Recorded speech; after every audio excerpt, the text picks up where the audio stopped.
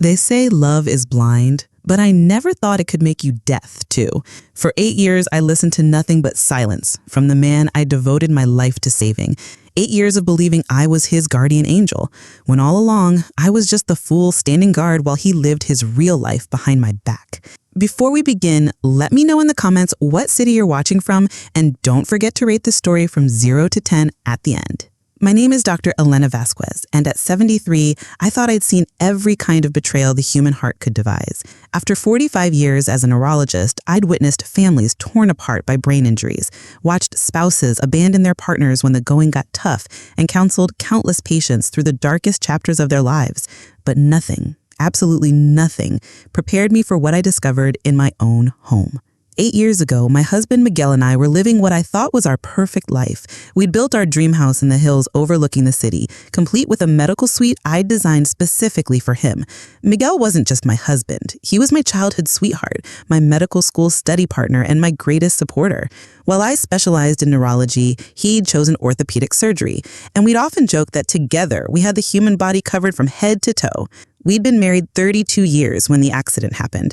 Miguel was driving home from a late surgery when a drunk driver ran a red light and slammed into his car. The irony wasn't lost on me.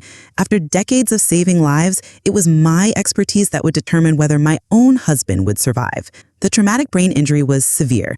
Multiple hematomas, swelling that threatened to crush his brainstem, and damage to areas that controlled consciousness. I spent 72 hours straight in that ICU, consulting with the best neurosurgeons in the country, reviewing every scan, adjusting every medication. When Miguel finally stabilized, the doctors delivered their verdict. He was in a vegetative state with minimal chance of meaningful recovery. But I refused to accept that prognosis. This was Miguel, the man who danced with me at our wedding, who'd held my hand through 3 miscarriages, who'd celebrated every professional milestone I'd achieved. I'd spent my career witnessing medical miracles, and I was determined to create one for my husband. I transformed our home into a medical facility. The guest room became Miguel's room, equipped with monitors, a hospital bed, and all the equipment needed for his care. I took early retirement at 65, something I'd never planned to do, and dedicated myself entirely to his recovery. Carmen Delacroix had been Miguel's surgical nurse for 15 years, and she'd also been one of our closest friends. When I needed help with Miguel's daily care, Carmen volunteered without hesitation. She'd been there through the worst of it, the initial chaos, the sleepless nights, the crushing reality of Miguel's condition. Having her help wasn't just practical, it was emotional support I desperately needed. Carmen would arrive each morning at 8, and together we'd manage Miguel's care, physical therapy, medication schedules, feeding routines, and endless monitoring for any sign of improvement. In the evenings, she'd often stay for dinner, and we'd sit by Miguel's bedside, talking to him, reading to him, playing his favorite music. The doctors said patients in vegetative states couldn't process language, but I refused to believe Miguel couldn't hear us somewhere deep inside. For 8 years, this was my life. Every morning, I'd kiss Miguel's forehead and whisper, "Good morning, mi amor," hoping for some flicker of recognition. Every night, I'd fall asleep to the rhythm of his breathing monitor, grateful he was still with me. Carmen and I became closer than sisters, bonded by our shared mission to care for the man we both loved. I'd given up my prestigious position as chief of neurology, declined speaking engagements, and turned down research opportunities that could have advanced the field. My colleagues called me devoted. My family called me inspiring. I called it love. But last month, while updating our home security system, I decided to review some old footage to clear storage space. I started with recent files, intending to delete routine daily recordings. That's when I stumbled across something that would shatter everything I thought I knew about my life. It was a night recording from Miguel's room, time-stamped 3 weeks earlier. I almost deleted it without watching. Just another night of monitoring equipment humming and Miguel's steady breathing. But something made me pause. There was an unusual audio spike in the file. I opened the recording and nearly dropped my tablet. There was Miguel, my vegetative, unconscious husband, sitting up in bed talking in perfectly clear sentences to Carmen, who was leaning against the doorframe like this was the most natural conversation in the world. "Elena's getting suspicious," Miguel said. "Yesterday she asked me 3 times if I could hear her. She kept watching my face." Carmen laughed, actually laughed. "You've been doing this for 8 years, Miguel. You're practically a professional at playing unconscious." I rewound the recording. This couldn't be real. This had to be some kind of glitch, some audio overlay from a different source. But as I watched Miguel move naturally, stretch his arms, and engage in animated conversation with Carmen, the truth hit me like a physical blow. My husband wasn't in a vegetative state. He never had been. For 8 years, I'd sacrificed everything, my career, my health, my future, to care for a man who was perfectly fine. And Carmen, my trusted friend, my emotional support through the darkest period of my life, had been his accomplice in this elaborate deception. I spent the next 6 hours combing through months of security footage, and the evidence was overwhelming. Every night after I went to bed, Miguel would wake up. He and Carmen would talk, laugh, and behave like a couple who'd been carrying on a secret relationship for years, because that's exactly what they were. The medical equipment I'd installed to monitor his condition, they'd learned to work around it. The physical therapy I thought was maintaining his muscle tone, unnecessary, because he'd been moving freely for years. Every medication adjustment I agonized over, every specialist consultation I'd arranged, every hope I'd clung to for his recovery, it had all been an elaborate performance. As I watched recording after recording of my husband living a secret life with my closest friend, one thought crystallized in my mind with perfect, diamond-hard clarity. That's when I decided they had messed with the wrong grandmother, and I was going to make them both pay for every single lie they'd told me. The human brain is capable of processing traumatic information in stages, but sometimes the shock hits all at once, like a tsunami. As I sat in my home office at 3 a.m, watching footage of my perfectly healthy husband discussing his performance schedule with Carmen, I felt 45 years of medical training collide with the most personal betrayal imaginable. "She's been talking about taking a vacation to visit her sister in Madrid," Miguel was saying in one recording. "Maybe we could finally take that trip to Costa Rica while she's gone." Carmen's response made my blood run cold. 8 years, Miguel. 8 years of watching her sacrifice everything for you. Sometimes I feel guilty. Guilty? Miguel laughed, actually laughed. Elena made her choice. I never asked her to give up her career. That was her decision to play the martyred wife. I had to pause the recording. My hands were shaking so violently I could barely hold the tablet. Martyred wife? I'd given up the pinnacle of my career, passed up research opportunities that could have helped thousands of patients, and devoted every waking moment to his care because I loved him, because I believed he needed me. But as I continued watching, the full scope of their deception became clear. This wasn't just about an affair, though that betrayal cut deep enough. This was about two people who had systematically stolen 8 years of my life while I willingly gave everything I had. I'd always prided myself on being methodical, analytical. It's what made me a good neurologist. So I spent the next 3 days doing what I do best, gathering data and analyzing it with surgical precision. First, the medical evidence. I pulled Miguel's files from that first week after the accident. The initial scans showed severe trauma, yes, but I reviewed them now with fresh eyes. The areas damaged would have affected motor function and consciousness, but recovery wasn't impossible. In fact, the pattern suggested he could have regained consciousness within the first year, possibly within the first few months. Next, I traced the timeline of his supposed condition. When did the night conversations begin? I had to go back through months of security footage, but I found it. The first recording where Miguel was clearly conscious and mobile was dated just 4 months after the accident.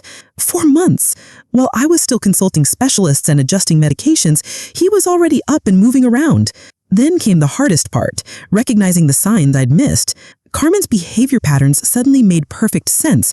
Her eagerness to take the night shift, her insistence that I get rest while she could monitor Miguel, the way she'd sometimes seem to suppress a smile when I'd talk to his unconscious form about my hopes for his recovery. And Miguel, God, how many signs had I rationalized away? The way his muscle tone remained better than expected for someone with his condition. How his skin never developed the typical breakdown from prolonged bed rest, despite my careful turning schedule. The fact that his reflexes tested at the very edge of normal range for someone with his supposed brain damage. I'd explained it all away as signs of hope, evidence that some part of him was fighting to come back to me. I'd been so desperate to believe in his recovery that I'd created medical justifications for what were actually signs that he'd already recovered. But the cruelest discovery came when I found recordings from significant dates. My birthday 2 years ago, I'd spent the entire day by his bedside, reading him cards from colleagues, telling him about the cake I'd bought to celebrate quietly at home. That night's footage showed him and Carmen laughing about how pathetic I'd looked, talking to myself all day. Our anniversary 6 months ago, I'd wheeled his bed out to the garden, played our wedding song, and talked to him about our favorite memories. I'd cried that day, mourning the conversations we could no longer have. That same night, he was discussing with Carmen how uncomfortable the outdoor temperature had made him. Christmas morning last year, I'd opened presents alone, then spent an hour describing each gift to Miguel, including the watch I'd bought him for when he woke up. The security footage from that evening showed him examining that same watch on his wrist, complaining to Carmen that it was too flashy for his taste. Each revelation felt like another death. The death of my marriage, my trust, my entire identity as Miguel's devoted caregiver. But underneath the grief, something else was building, something that burned hotter and more focused than pain. Anger.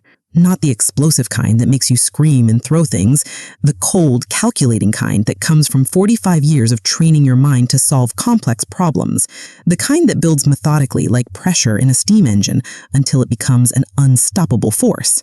I'd given them 8 years of my life, 8 years of my professional reputation, 8 years of my physical health, because caring for a bedridden patient had taken its toll on my 73-year-old body. 8 years of emotional energy, hope, and unwavering devotion. They'd stolen my career, my future, and my faith in the people I loved most. They'd turned my greatest strength, my compassion, into a weapon against me. But they'd made one crucial mistake. They underestimated exactly who they were dealing with. I wasn't just some naive wife who'd stumbled onto their affair. I was Dr. Elena Vasquez, former chief of neurology at Metropolitan General Hospital. I'd built a reputation on solving medical mysteries that stumped other doctors. I'd published research on cognitive deception in neurological patients. I testified as an expert witness in medical malpractice cases where I'd unraveled complex webs of professional lies. And now, I was going to use every skill I'd developed over 4 decades to make them both understand what a terrible mistake they had made. The planning began immediately. Not the reckless, emotional kind of revenge that would land me in legal trouble. I was smarter than that. This would be surgical in its precision, devastating in its completeness, and perfectly legal in its execution. Carmen thought she understood me after 8 years of friendship. She'd seen me as the grieving, devoted wife, easy to manipulate and blind to the truth happening right in front of me. Miguel thought he knew me even better. 32 years of marriage, and he believed I was someone who would sacrifice everything without question, someone who would never fight back if he discovered the truth. Little did they know, they were about to meet the real Elena Vasquez, and she was nothing like the woman they thought they'd been deceiving. Revenge, I realized, is a lot like surgery. It requires patience, precision, and an intimate understanding of exactly where to make the incisions for maximum impact. After 3 days of evidence gathering, I had my diagnosis. Now it was time for the treatment plan. I'd always been methodical in my approach to complex cases, and this would be no different. Miguel and Carmen had spent 8 years perfecting their deception, but they'd made a critical error. They'd underestimated the analytical mind of the woman they were deceiving. My plan had to accomplish several objectives. First, expose their fraud in a way that would make denial impossible. Second, ensure they faced appropriate consequences for their actions. Third, recover what I could of what they'd stolen from me, not just financially, but professionally and emotionally. And finally, make sure they understood exactly who they'd been crossing. The beauty of their deception was also its greatest weakness. They'd created an elaborate medical fraud, and I had documentation of everything. 8 years of medical records I'd meticulously maintained, treatment notes, specialist consultations, medication logs, insurance claims. Every detail of Miguel's condition was recorded with the kind of precision only a neurologist could provide. More importantly, they'd committed this fraud against someone who understood exactly how to document and prosecute medical deception. My testimony had helped convict 3 doctors of insurance fraud during my career. Now I was going to use that same expertise against my own husband. But I couldn't just expose them. That would be the amateur approach. I needed to craft something more elegant, more devastating, and more personally satisfying.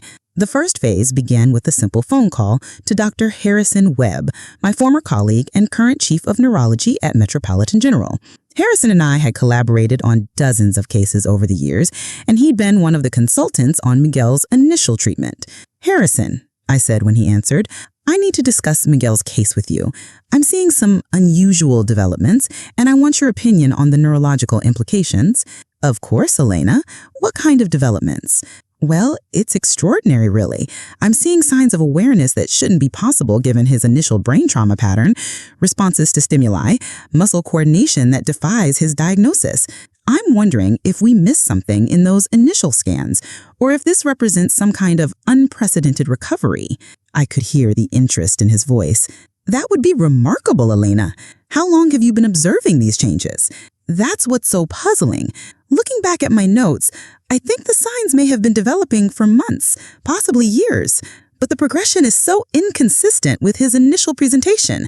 I'm starting to wonder if there might be an element of conscious deception involved. Deception? Elena, patients don't fake vegetative states for years. The physical and psychological commitment would be impossible. I know how it sounds, Harrison, but I'm a neurologist, and what I'm observing doesn't fit any known pattern of brain injury recovery. I think I need to bring Miguel in for a comprehensive reevaluation. New imaging, cognitive testing, the full battery. Of course. When would you like to schedule this? Actually, Harrison, I'd like to make this a teaching case. This level of apparent recovery after 8 years could be medically significant. Could we arrange for a full neurological team review? Maybe some of the residents? If Miguel truly is recovering, this could advance our understanding of long-term brain trauma outcomes. The hook was set. Harrison agreed immediately to coordinate a comprehensive evaluation with a full team of specialists and residents. The appointment was scheduled for the following week. But here's what Harrison didn't know, and what Miguel and Carmen could possibly anticipate.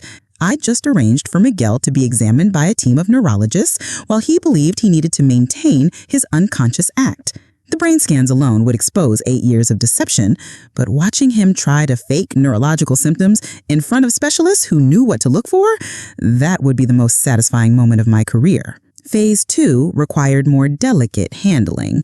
Carmen needed to be present for Miguel's exposure, but she couldn't suspect what was coming. That evening, I waited until she arrived for her usual shift. Carmen, I said, I have wonderful news. I've arranged for Miguel to have a comprehensive neurological evaluation next week. Dr. Webb thinks we might be seeing signs of significant recovery. Her face went pale, but she managed to maintain her composure. Recovery. Elena, are you sure? I haven't noticed any changes. Oh, but there have been so many small signs. Changes in his breathing patterns, slight muscle responses, even what might be reflexive reactions to sound. I've been documenting everything, and Harrison is very interested in the case. I watched her carefully as I continued. In fact, he's so intrigued that he wants to make this a teaching case. Full neurological team, multiple specialists, possibly even some medical students observing. If Miguel really is recovering after 8 years, it could be medically historic. Carmen's hands were actually trembling. Elena, maybe we should wait. If he's just starting to recover, all that stimulation might be overwhelming for him. Nonsense, I replied cheerfully. Miguel's stronger than you think. Besides, I want you there with us. You've been such an important part of his care team. Harrison specifically requested that his primary nurse be present for the evaluation. The beauty of this approach was its perfect irony. Miguel would be forced to choose between maintaining his deception in front of medical experts who would immediately recognize the fraud, or dropping the act and revealing 8 years of lies. Carmen would have to watch it all unfold, knowing she was complicit but powerless to stop it without exposing herself. But I wasn't finished. Phase 3 involved a little insurance investigation. Over 8 years, I'd filed numerous claims for Miguel's care: specialized equipment, medications, physical therapy, home modifications, even a special van for transporting someone in his condition. The total amount was substantial, well into 6 figures. Insurance fraud, especially medical insurance fraud involving false disability claims, carries serious legal penalties. I made another call, this one to Janet Morrison, an investigator with our insurance company who'd worked with me on previous fraud cases. Janet, this is Elena Vasquez. I need to report a potential case of medical insurance fraud, and it's rather sensitive. What kind of situation are we looking at, Elena? I have reason to believe someone has been filing false disability claims for years. The medical documentation suggests vegetative state, but I have evidence indicating the patient may be fully functional and aware. That's serious, Elena. What kind of evidence? Video documentation, inconsistencies in medical presentation, and suspicious behavioral patterns from the care providers. I think this may be involved not just the patient, but medical professionals who were complicit in maintaining false documentation. Janet's tone became very serious. Alina, you know the penalties for this kind of fraud. If you're right, we're talking about potential criminal charges, full restitution, and professional license revocation for any medical personnel involved. I understand completely. That's why I wanted to handle this properly. I'm arranging for a comprehensive medical evaluation next week that should definitively establish whether fraud has occurred. Keep me informed of the results, Elena. If your suspicions are confirmed, we'll need to coordinate with law enforcement immediately. Perfect. Now Miguel and Carmen weren't just facing personal humiliation and the end of their relationship. They were potentially looking at criminal fraud charges and professional ruin. But the final phase of my plan was the most personal and the most satisfying. I spent that evening preparing Miguel's room for his examination. I moved his bed to ensure optimal camera angles, adjusted the lighting, and made sure every monitoring device was functioning perfectly. But most importantly, I set up my laptop where I could discreetly record his reaction when everything came crashing down. They thought they'd been so clever, stealing 8 years of my life while I devotedly cared for him. They'd laughed at my dedication, mocked my sacrifice, and betrayed every principle of the love and friendship I'd offered them. Tomorrow night, I would sit down with both of them and show them the security footage I'd discovered. I would watch their faces as they realized their deception was over. I would see the moment they understood that the woman they'd been fooling was about to destroy both. Some moments in life feel predestined, as if every decision you've ever made has led to this single point of convergence. As I sat in the living room that Thursday evening, waiting for Carmen to arrive for her shift, I knew I was about to orchestrate the most important performance of my career. At exactly 8 o'clock, Carmen walked through the front door with her usual cheerful greeting. "Good evening, Elena. How was Miguel today?" "Oh, Carmen," I said, my voice carefully modulated to convey excitement rather than menace. "I have something extraordinary to show you. Please, sit down." She settled into the armchair across from me, her expression shifting from casual friendliness to curiosity as I opened my laptop on the coffee table between us. "I was reviewing our security footage to clear some storage space," I began, "and I discovered something remarkable, something that changes everything we thought we knew about Miguel's condition." Carmen's face went very still. The brief flicker of panic that crossed her features told me everything I needed to know. "What kind of something?" she asked, but her voice had lost its casual warmth. Instead of answering, I pressed play on the first recording. There was Miguel, sitting upright in bed, as alert and animated as any healthy person, discussing with Carmen their plans for the following weekend. I watched Carmen's face as her own voice filled the room. "Elena mentioned she might visit her sister in Madrid next month. We should start planning that Costa Rica trip." The color drained from her face completely. Her hands began to tremble. "Carmen," I said softly, "would you like to explain to me what I'm watching?" She opened and closed her mouth like a fish, gasping for air. "Elena, I don't know what—" "Let me help you," I said, turning the laptop toward her. "What you're seeing is my husband, the man I've spent 8 years caring for as a vegetative patient, having a perfectly normal conversation with his nurse about vacation plans." Without waiting for her response, I played the next recording. This one showed Miguel examining the Christmas watch I'd given him while complaining to Carmen about its style. "Elena," Carmen whispered, tears forming in her eyes, "please let me explain." "Oh, I think explanations are definitely in order. But first, let's make sure Miguel joins our conversation." I stood and walked toward his room. "Elena, wait!" Carmen called out desperately, but I was already pushing open his door. "Miguel, darling, could you come to the living room, please? Carmen and I need to discuss something important with you." The silence that followed was profound. Miguel lay in his usual position, eyes closed, the perfect picture of unconscious tranquility. "Miguel," I said, my voice taking on the crisp, professional tone I'd used with difficult patience, "I know you can hear me. I have security footage from the past several months showing you walking, talking, and planning vacations. You have exactly 60 seconds to get up and join Carmen and me in the living room, or I call the police to report insurance fraud." For a moment, nothing happened. Then slowly, Miguel's eyes opened. He looked at me with an expression I'd never seen before, not the grateful look of a devoted husband, but the wary, calculating look of someone whose deception had been discovered. "Elena," he said, quietly, and his voice was stronger and clearer than it had been in 8 years.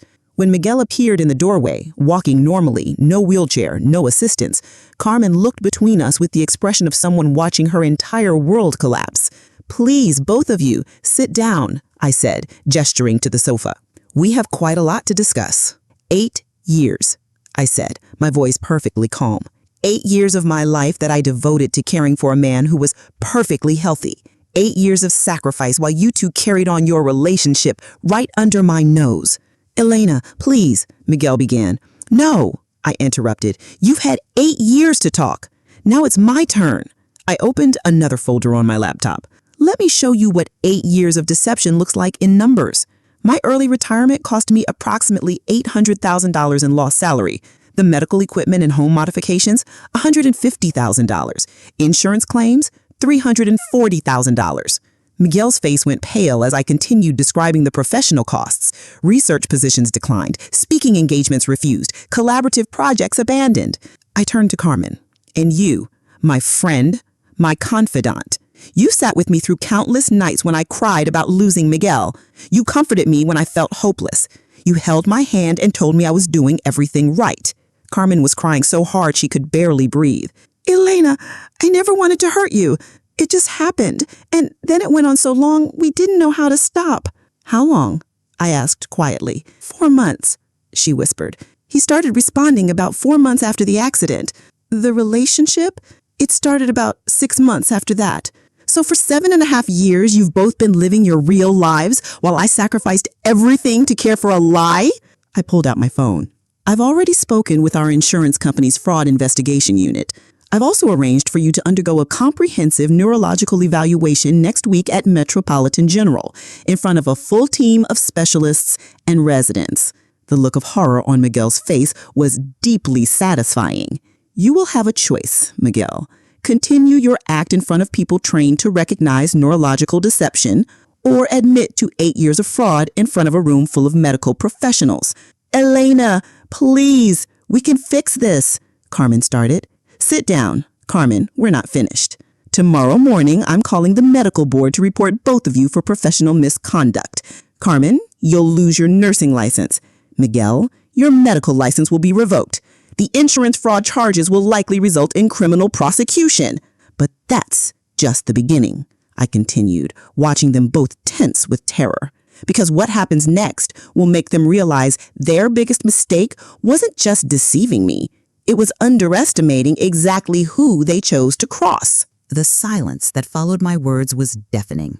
Miguel and Carmen sat frozen on the sofa, both staring at me with the kind of wide-eyed terror usually reserved for patients receiving terminal diagnoses. But I wasn't finished delivering their prognosis. "You see," I continued, my voice maintaining that clinical calm I'd perfected over decades of delivering difficult news. "When I spoke with Harrison Webb about your remarkable recovery, Miguel, I may have mentioned that this case could reshape our understanding of long-term neurological rehabilitation. He was so intrigued that he's contacted colleagues at Harvard, Stanford, and Mayo Clinic." Miguel's face went from pale to green. "Elena, what are you saying?" "I'm saying that your case is going to be studied extensively. Medical journals will want to publish papers about your recovery. Neurologists around the world will want to understand how someone can emerge from a vegetative state after 8 years with no apparent cognitive deficits." I pulled up another screen on my laptop, showing an email exchange with Harrison Webb. In fact, he's already reached out to the Journal of Neurological Sciences. They're very interested in a case study about unprecedented recovery patterns. Carmen found her voice, though it came out as barely a whisper. "Elena, you can't do this. Please."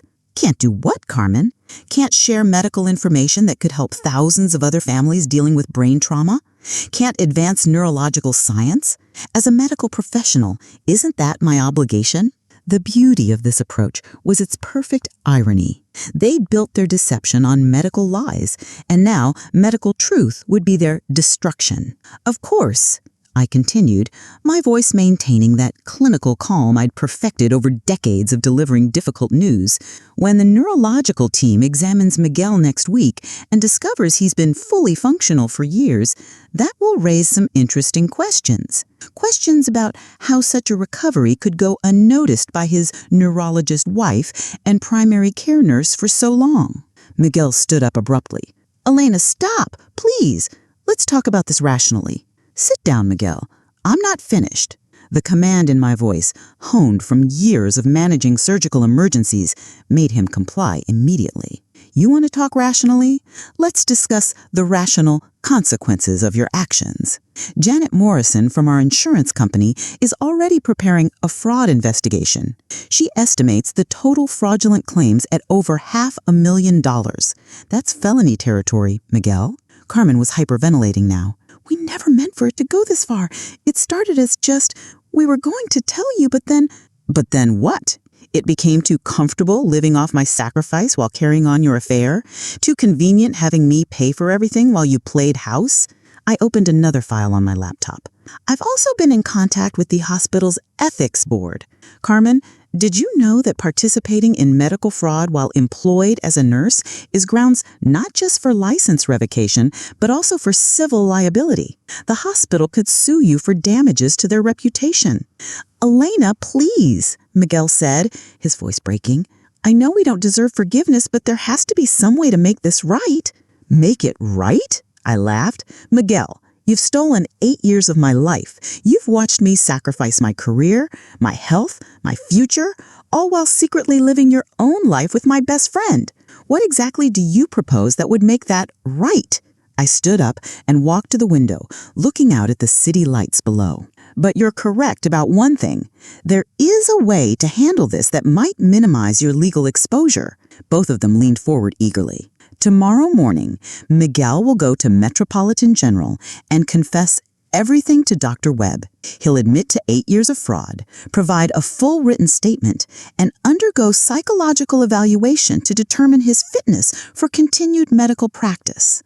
And then, Carmen asked desperately, then you'll both liquidate every asset you have to begin restitution for the insurance fraud.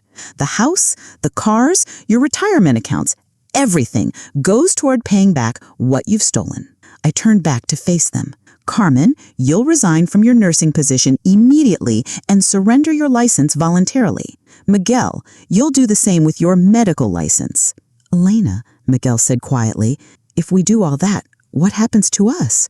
I smiled then, but it wasn't a warm expression.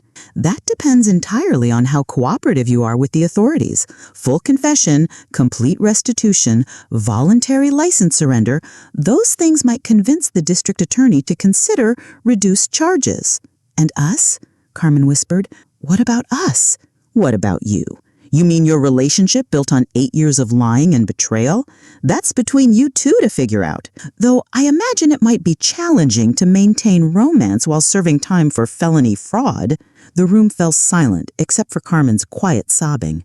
You have until morning to decide, I said finally. Cooperate fully and accept the consequences of your actions, or I proceed with every legal option available to me. And trust me, after 45 years in medicine, I have quite a few resources at my disposal. I closed my laptop and stood up. I'm going to bed now. Carmen, I think your services are no longer needed here. Miguel, you can sleep in the guest room tonight. Tomorrow, your new life begins. As I walked toward the stairs, I heard Miguel call out desperately, Elena, wait! After everything we had together, doesn't that count for something? I paused at the bottom of the stairs and looked back at him. What we had together, Miguel, was a marriage built on love, trust, and mutual respect. What you had for the past 8 years was something else entirely. And tomorrow, you're going to learn exactly what that choice cost you. The next morning arrived with crystalline clarity. At exactly 7 a.m., I heard the guest room door open, followed by Miguel's hesitant footsteps in the hallway. I was already dressed and sitting in the kitchen with my coffee, waiting. Elena, he said quietly from the doorway, we need to talk. No, Miguel, you need to listen. I've already called Dr. Webb. Your appointment is at 10 a.m. Carmen will meet you there to provide her statement as well. His face crumpled. You're really going through with this? Did you think I was bluffing? Miguel, I've spent 45 years building a reputation on precision and follow-through. Why would I change now? My phone rang at exactly 8:15. It was Carmen, her voice thick with tears. "Elena, please, can we meet somewhere private to discuss this? Maybe there's another way." "Carmen, the only way forward is the truth. You have 1 hour to get to the hospital and join Miguel for his evaluation. I suggest you use that time to prepare your statement." "Elena, I'm begging you, please don't destroy our lives over this." The audacity of that statement took my breath away. "Destroy your lives? Carmen, you and Miguel destroyed my life 8 years ago. I'm simply returning the favor."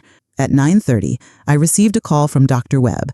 "Elena, Miguel is here, and he's asked to speak with me privately before the evaluation. He seems quite distressed." "I'm sure he is, Harrison. Miraculous recoveries can be overwhelming." "Elena, he's saying some rather strange things. Claims he's been conscious for years and has been deceiving you. Of course, that's medically implausible, but actually, Harrison, it's not implausible at all. I have video evidence of Miguel's full consciousness, dating back several years. I believe what he's telling you is the truth." The silence that followed lasted nearly 30 seconds. "Elena, are you saying you've known about this?" "I discovered it recently. That's why I wanted this evaluation, to confirm what I suspected and document it properly for the insurance investigation." "Insurance investigation? Elena, what exactly are we dealing with here?" "Medical fraud, Harrison. 8 years of false disability claims while Miguel was fully functional. I thought it was important to handle this through proper medical channels first." Another long silence. "Elena, this is extraordinary and criminal. I'll need to contact hospital administration immediately." "Of course. I've already spoken with Janet Morrison at our insurance company. She'll be expecting your report." By 11 a.m., my phone was ringing constantly. First, hospital administration, then the insurance company's legal department, then Detective Sarah Chen from the fraud division of the city police. Each call was deeply satisfying in its own way. "Dr. Vasquez, this is Detective Chen. I understand you've uncovered evidence of a significant medical fraud case?" "Yes, Detective. 8 years of false insurance claims totaling over $500,000. I have video documentation, medical records, and both suspects have provided written confessions." "Both suspects?" "My husband, Miguel, who faked his condition, and his accomplice, Carmen Delacroze, a registered nurse who helped maintain the deception." "Dr. Vasquez, I have to ask, you're the victim here, but you're also the attending physician who filed many of these insurance claims. How do we address that?" I'd been prepared for this question. "Detective, I filed those claims based on my professional assessment of my husband's condition. I had no knowledge that he was deceiving me about his symptoms. The video evidence will show that his deception occurred only when I wasn't present." "I see. And you discovered this how?" "Home security footage that I reviewed while updating our system. The timestamps will show that Miguel's conscious activities occurred exclusively during hours when I was asleep or away from the house." At 2 p.m., Carmen called again, sobbing so hard she could barely speak. "Elena, they're arresting us. The police are here at the hospital." "Yes, I imagine they are." Detective Chen mentioned they'd be making arrests today. "Elena, please, we have children to think about. Miguel's kids from his first marriage. They don't deserve this." "Carmen, Miguel's kids are adults with their own careers. They'll survive this embarrassment. What you and Miguel should have thought about were the consequences before you decided to commit felony fraud." "But Elena..." "Carmen, you're about to be processed for criminal charges. I suggest you save your energy for your lawyer." By 4 p.m., the local news had picked up the story. "Prominent surgeon and nurse arrested for medical fraud," ran as the headline across Channel 7's website. My phone rang again. This time it was Rebecca Martinez from Channel 7 News. "Dr. Vasquez, we understand you were instrumental in uncovering this fraud case. Would you be willing to comment on camera?" "Ms. Martinez, as the victim of this fraud, I'm uncomfortable making public statements while the case is ongoing. However, I can say that I'm grateful the truth has finally come to light." "Dr. Vasquez, sources tell us this deception went on for 8 years. How does something like this happen without the spouse knowing?" I smiled, even though she couldn't see it. "Ms. Martinez, Sometimes the people closest to us are capable of deceptions we never imagined possible. The important thing is that when the truth surfaces, justice follows. That evening, I sat in Miguel's old room, now empty of all the medical equipment I'd installed to monitor his condition. The silence was profound, but it wasn't the oppressive silence of recent years. It was the clean, clear silence of truth finally revealed. My phone buzzed with a text from an unknown number. "Elena, it's Miguel. They've set bail, but our assets are frozen pending investigation. I know I have no right to ask, but is there any chance?" I deleted the message without finishing it. Little did they know, their legal troubles were just beginning. 3 months later, I stood in the courtroom watching Miguel and Carmen receive their sentences. The judge's words carried the weight of justice I'd been waiting to hear for 8 long years. "Miguel Vasquez, you are sentenced to 4 years in state prison for insurance fraud, with eligibility for parole in 18 months. Carmen Delacroix, as an accomplice, you are sentenced to 2 years with eligibility for parole in 12 months. I felt a satisfaction deeper than anything I'd experienced in my medical career. This wasn't just about punishment. It was about validation that what they'd done to me mattered. The prosecutor had been thorough. During the trial, they'd presented every piece of evidence I'd gathered. The security footage played in that courtroom showed Miguel walking, exercising, even dancing with Carmen to music on his phone. The medical records I'd meticulously maintained demonstrated the scope of their deception. "Your Honor," I had said during my victim impact statement, "these defendants didn't just steal money from an insurance company. They stole 8 years of my life, my career, and my faith in the people I loved most. They turned my compassion into a weapon against me." The financial restitution was substantial, $847,000, including penalties and interest. Their house was already sold, their assets liquidated. Miguel's pension was garnished, and Carmen's nursing license was permanently revoked. But the personal satisfaction came from smaller victories. Dr. Webb had published a case study about the fraud in the Journal of Medical Ethics, titled "When Compassion Becomes Complicity," a case study in long-term medical deception. It was required reading now at 3 medical schools. Carmen's ex-husband had contacted me to thank me. He'd said, "She left me 8 years ago, said she needed to focus on her career. Now I understand what she was really focusing on." Miguel's adult children had reached out as well. His daughter Sophia told me, "We always wondered why Dad never seemed interested in recovering, why he discouraged us from visiting too often. Now it makes sense." The most satisfying moment had come during Carmen's testimony, when she'd tried to claim they'd fallen in love and hadn't meant to hurt me. "Ms. Delacroix," the prosecutor had asked, "in your recorded conversations with Mr. Vasquez, you frequently laughed about the defendant's wife's devotion to his care. Does that sound like someone concerned about not hurting her?" Carmen had broken down completely on the witness stand. But my revenge wasn't finished with their imprisonment. I'd used my connections in the medical community strategically. Carmen would never work in healthcare again, not just because of her revoked license, but because I'd made sure every hospital administrator in the state knew about her case. Miguel faced similar professional exile. I'd also ensured their story became a cautionary tale.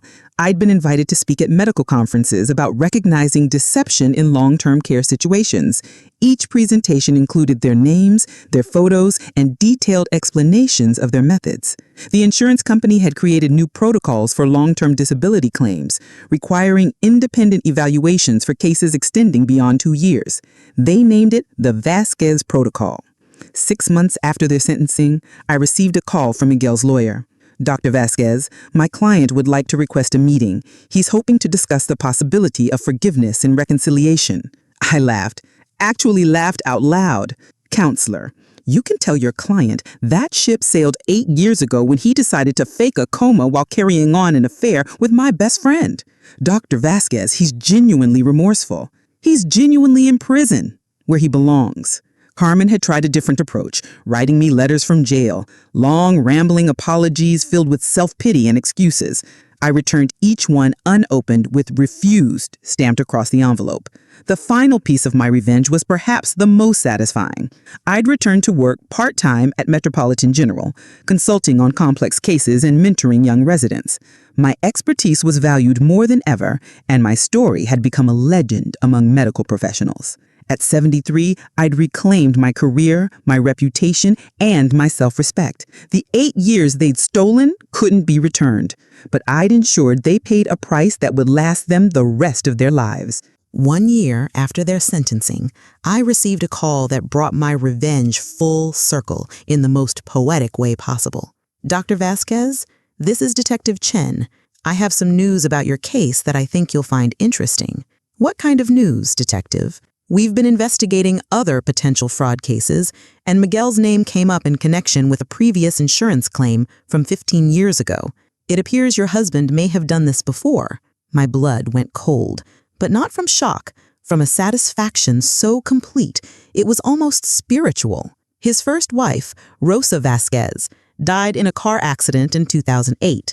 Miguel received a substantial life insurance payout, but we've discovered evidence suggesting he may have been having an affair during her illness and potentially manipulated her medical care. They'd found text messages on an old phone, communications between Miguel and another woman while Rosa was undergoing cancer treatment, messages that suggested Miguel had discouraged Rosa from seeking aggressive treatment, telling her it was hopeless, while secretly planning his future with his mistress.